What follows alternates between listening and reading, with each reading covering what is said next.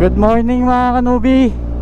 Hindi ko alam kung may audio to. So kung napansin nyo, wala tayong upload ng ilang linggo kasi hindi ko alam kung naglolo ko yung mic nito, yung mic adapter ko.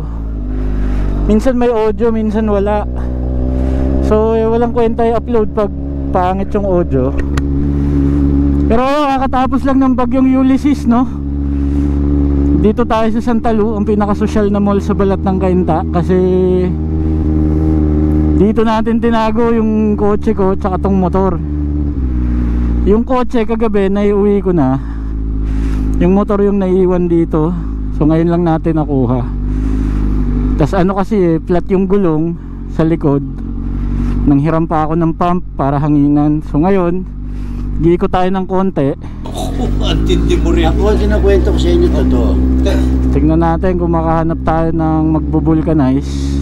Kahit yung pasak lang, hopefully meron. Pero pag wala, uuwi tayo, manghiram na lang tayo ng pump ulit pag may time na tayong ayusin. Problema pa, yung gate ng yung gate ng Santa Lucia papunta sa amin sarado pa. Mamaya pang alas 10 yun magbubukas eh.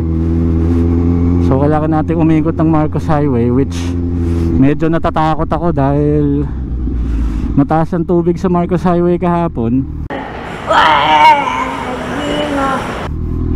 Hindi natin alam kung anong itsura ng Marcos Highway ngayon.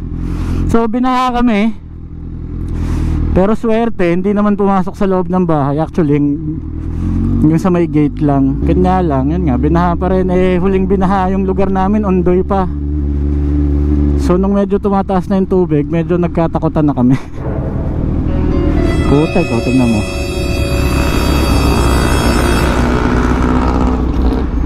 Ay!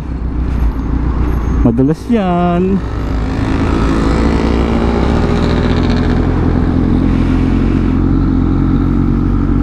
Putek, tingnan nyo, malalim daw kasi tubig dito eh.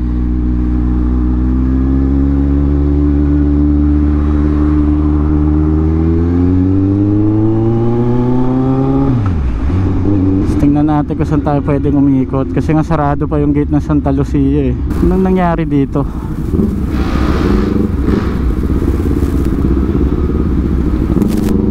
No.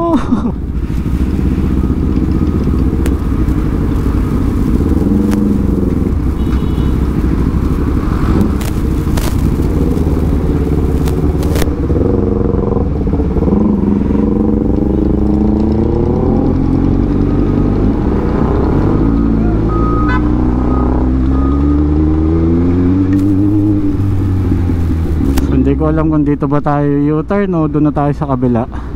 Wala, may malaking bato. So yan ang epekto sa Marcos Highway ng bagyong Ulysses. Wala, nag-shoot na tayo rito. So dito na tayo U-turn mga kanubi.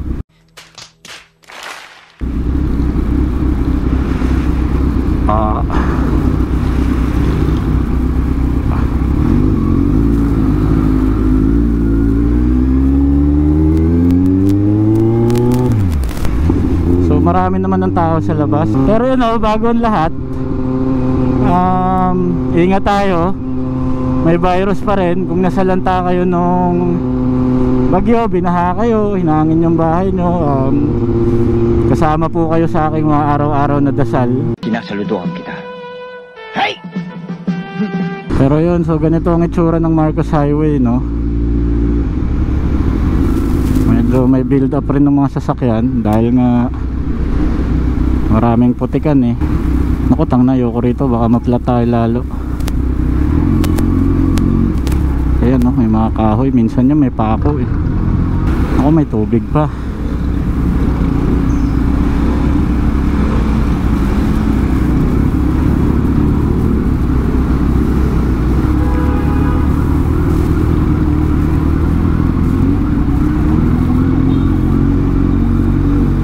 Sama pa yung tubig na yan. Putik. Madulas yan eh. Mga tinanim ng MMDA. Wash out. So sa may Feliz, traffic dahil putik pa.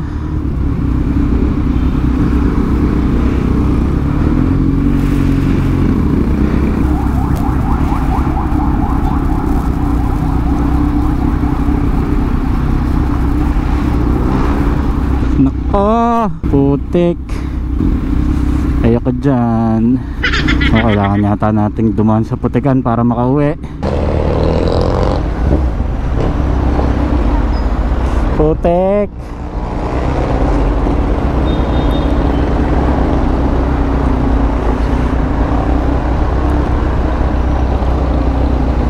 Panik. Bakit naging rough road ang aming barangay?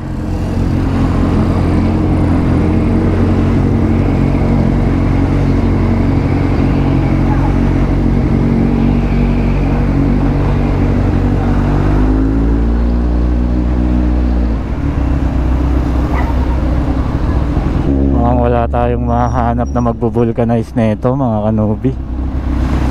Tagilid ang ating sitwasyon.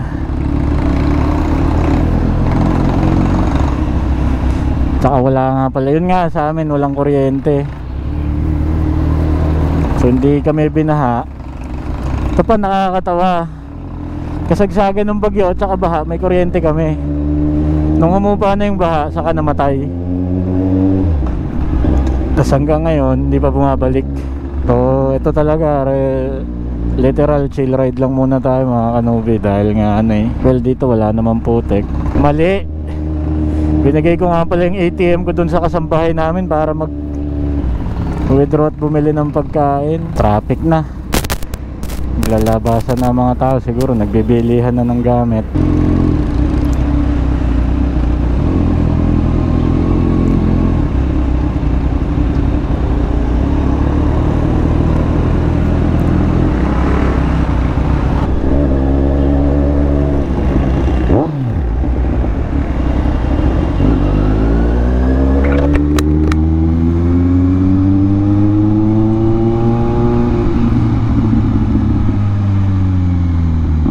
Silipin natin itsura ng floodway mga kanubi. Mababa na tubig. Ayan yung floodway. Bukas lahat bukas lahat ng gate. Ayun na yung barge ng Marikina Grabe rin So yun lang mga kanubi, nag-ikot-ikot lang tayo. Problema ko, wala pala akong dalang pera. Paano rin ako magpapavulcanize? So uwi na lang muna natin yung motor. So kaya tayo dadaan pa uwi. Ayun, inuulit ko lang mga kanubi, di ko alam kung may parating pang bagyo pero mag-iingat tayo palagi sa virus tsaka sa lahat ng bagay. Panahon ngayon, di mo masabi kung anong mangyayari. Hindi ko maintindihan tong taon na to mga kanubi. Binirus na tayo, ang daming nawala ng hanap buhay, daming namatay. Hindi pa nakontento, binaha pa tayo. Hay ate, away si ate Wow naman! Wow! Wow! Ayoko dyan, malalim yan. Ligpita na. Sarap sana ng Paris dito.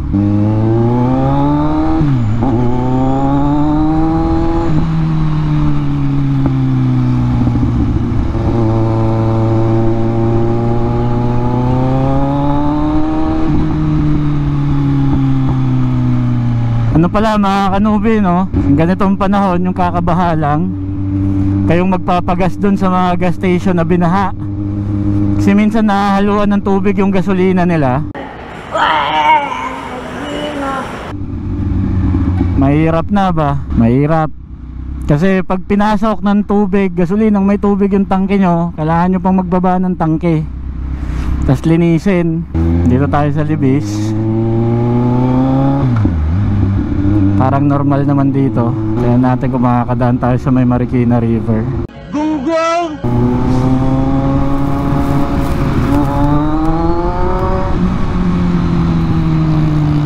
Problema pa, papabike wash din sana ako. Kaya alam paano tayo papabike wash, walang kuryente. Hindi ko pa alam kailan magkakakuryente sa amin mga kanubi.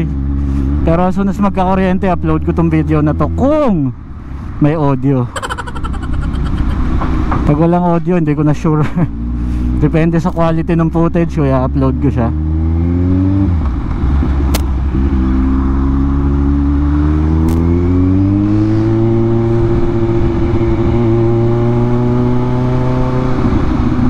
So alala ko mga kanubi yung video ni Torky, idol natin yan Kung okay bang ipang daily ang 1000cc na motor dito sa Metro Manila.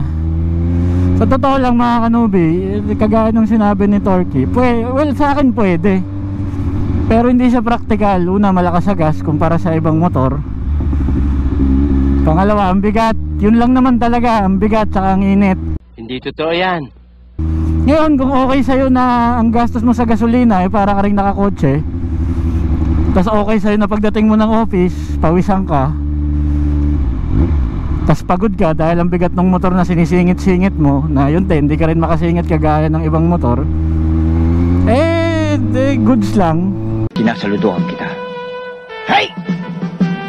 Pero kung hindi okay sa'yo yung mga bagay-bagay na yun, medyo hassle.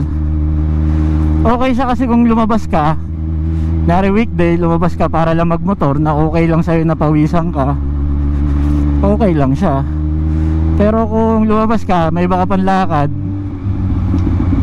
medyo mahirap, challenging, mas nakakapagod kaysa sa scooter. Kaya natin kung makadaan tayo dito sa may area ng Marikina River, may mga sasakyan ng dumadaan eh, oh. So tayo lang ba yung loko-lokong motor na dadaan dito? Dito sana ako magpapavulcanize. Ano ka nasisira, ulo? Kaya lang wala pala akong dalang pera. Hayop ka talaga! Diba? Bobo lang. Nak.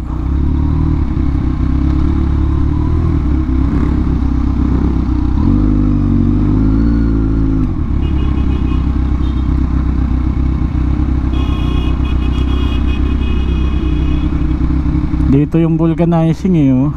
Shh! Sabi mo, tulog na ako. Kaya lang, yun nga, wala tayong pira.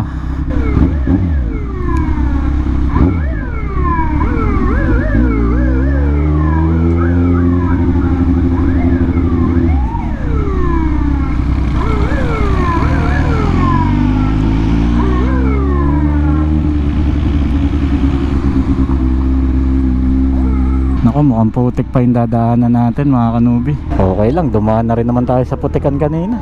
Naku puta, na grabe to.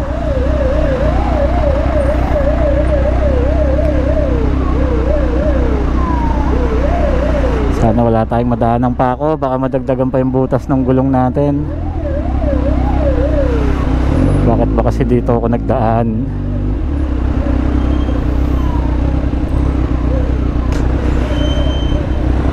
Kawawa na may mga taga rito.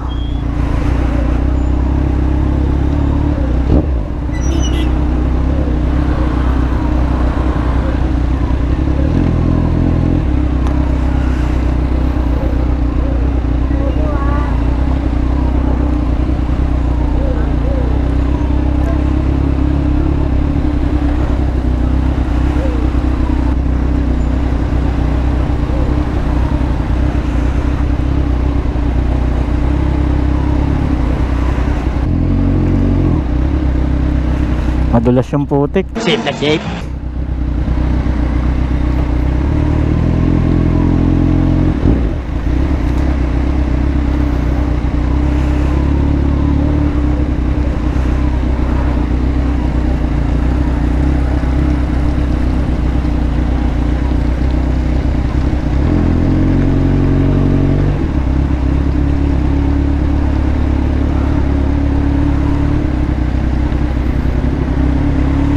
Grabe oh.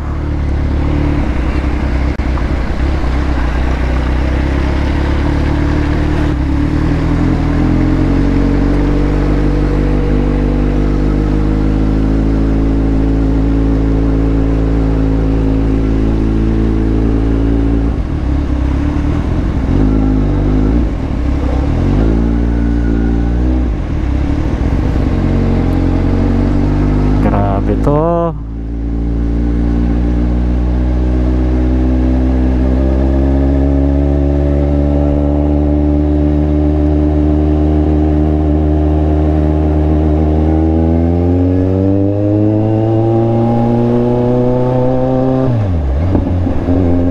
Tapos pagbaba dito, putik na naman. Kamusta kaya yung pinapakarwasya natin dito, no? At least wala nang putik dito. Doon na lang sa papasok sa atin.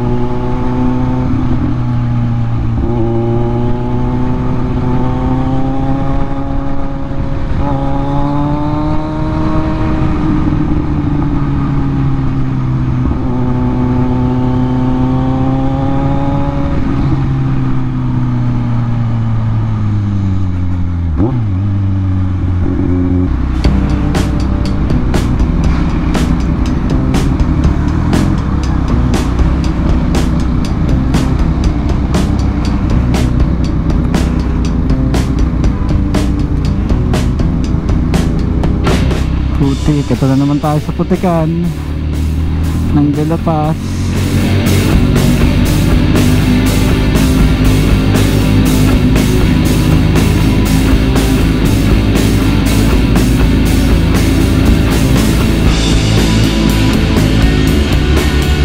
Mga binaha akong kapitbahay.